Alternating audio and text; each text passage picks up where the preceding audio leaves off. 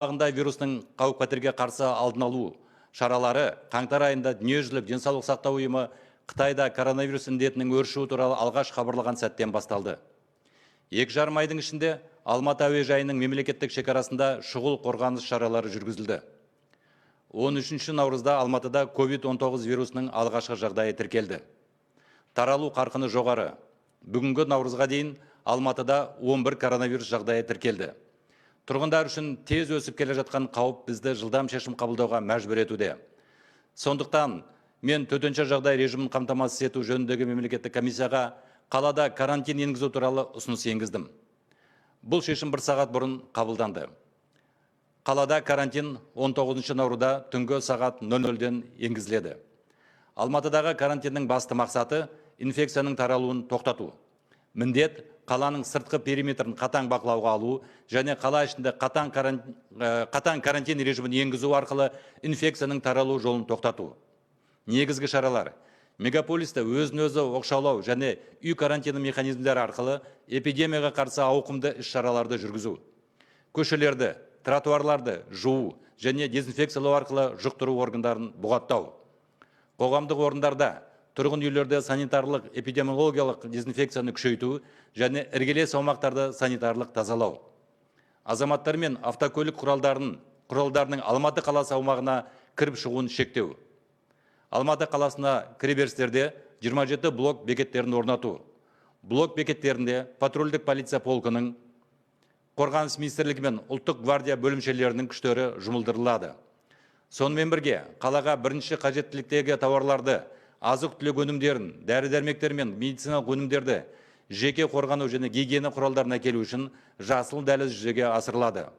Карантин кезеңінде балабақшалардың, азық-түлік емес сауда орындарының, яғни базарлардың, азық-түлік өнімдері мен дәрілік заттарды сататын орындардан басқа ірі сауда ойын-сауық орталықтары мен сауда үйлерінің жұмысы тоқтатылады. Біз тұрғындарға алматылықтардың карантин талаптарын білуі, қаладан уақытылы шығу мен кіру үшін бұқаралық ақпарат құралдары, әлеуметтік желілер және мессенджерлер арқылы толық және жүйелі түрде ақпараттар беріп отырамыз. Коронавирусқа қарсы қалалық штаб туындаған мәселелерді жедел қарап, шұғыл шаралар қабылдайтын болады. Алматы аумағында шектеу, алдын алу және індетке қарсы шаралардың толық тізбесі жақын арада қала әкімдігінің барлық ресми ақпараттық ресурстарында жарияланады. Құрметті алматылықтар, біздің әрқайсымыз үшін аса жауапты сәт туды. Карантин режиміне орай мегаполистің бүкіл тіршілігі жаңа ережелердің талаптарына сәйкес қайта құрылады. Карантин қолайсыздық тудырып, әдеттегі қалыптасқан тіршілік дағдысын бұзуға мәжбүр етеді. Бұған түсіністікпен қарауларыңызды сұраймын. Карантин біздің ортақ қауіпсіздігіміз, қаланың, жақындарымыздың қауіпсіздігі үшін енгізіледі. Төтенше жағдайда әрбір қала тұрғынының саналы әрекеті мен қоғамдық тәртібі өте маңызды. Біздің ұстамдылығымыз бен ынтымақтастығымыз, сенімді әрекетіміз, өзара жанашырлығымыз бен төтенше жағдай кезіндегі жауапкершілігіміз қаламызды қорғап қалады. Біз бірге жеңеміз. Уважаемые алматинцы, вы знаете, что глава государства Касым-Жомарт Кемелович Токаев объявил о чрезвычайное положение в стране в связи с мировой пандемией коронавируса. Решение правильное, принято на опережение событий. Режим чрезвычайного положения позволяет мобилизовать все ресурсы для защиты жизни и здоровья наших людей. Превентивные меры против вирусной угрозы на территории Алматы были начаты в январе месяце с первыми сообщениями Всемирной организации здравоохранения о вспышке инфекции коронавируса в Китае. В течение 2,5 месяцев проводились экстренные защитные мероприятия на государственной границе аэропорта Алматы. 13 марта был зарегистрирован первый случай COVID-19 в Алматы. Динамика распространения высокая. На 17 марта в Алматы зарегистрировано уже 11 случаев коронавируса.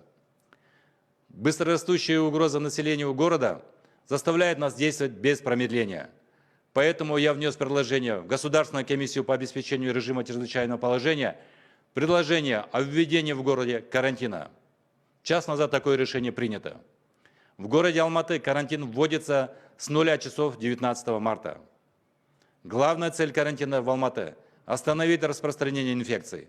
Задача – прервать цепочку распространения инфекций путем ввода жесткого контроля внешнего периметра города и строгого режима карантина внутри города. Основные меры включают масштабные противоэпидемиологические мероприятия в мегаполисе через механизмы самоизоляции и домашнего карантина, блокировка мест заражения и мойкой и дезинфекцией улиц, тротуаров, усиление санитарно-эпидемиологической дезинфекции в общественных местах, жилых домах и санитарная очистка прилегающей территории, ограничение въезда и выезда граждан и автотранспортных средств за внешние и внутренние границы города Алматы, установка 27 блокпостов на въездах в город Алматы. На блокпостах будут задействованы силы полка патрульной полиции, СОБРа, подразделения Министерства обороны и Национальной гвардии. Вместе с тем будет установлен зеленый коридор для ввоза в город товаров первой необходимости, продуктов питания, лекарств и медицинской продукции, средств защиты и гигиены.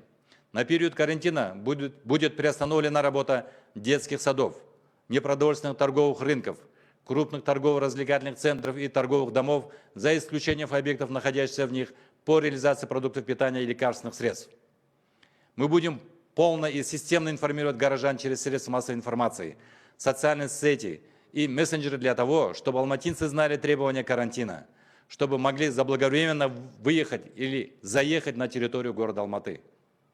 Городской штаб по противодействию коронавирусу будет оперативно рассматривать возникающие вопросы и принимать по ним необходимые оперативные меры. Полный перечень ограничительных, профилактических и противоэпидемических мер на территории Алматы будет опубликован в ближайшее время на всех официальных информационных ресурсах акимата города. Дорогие алматинцы, наступил особый момент для каждого из нас. Режим карантина означает, что вся жизнь мегаполиса реорганизуется по новым правилам. Сегодня я поручил руководителям городских структур акимата перевести на удаленный доступ и дистанционную форму работы до 70% своих трудовых коллективов. Обращаюсь ко всем руководителям предприятий всех форм собственности провести такую же работу. Карантин сопряжен с неудобствами, нарушением привычных правил жизни. Прошу это правильно понять. Карантин вводится ради нашей общей безопасности, безопасности города, безопасности наших близких. В чрезвычайной ситуации сознательность и дисциплина каждого горожанина жизненно важны.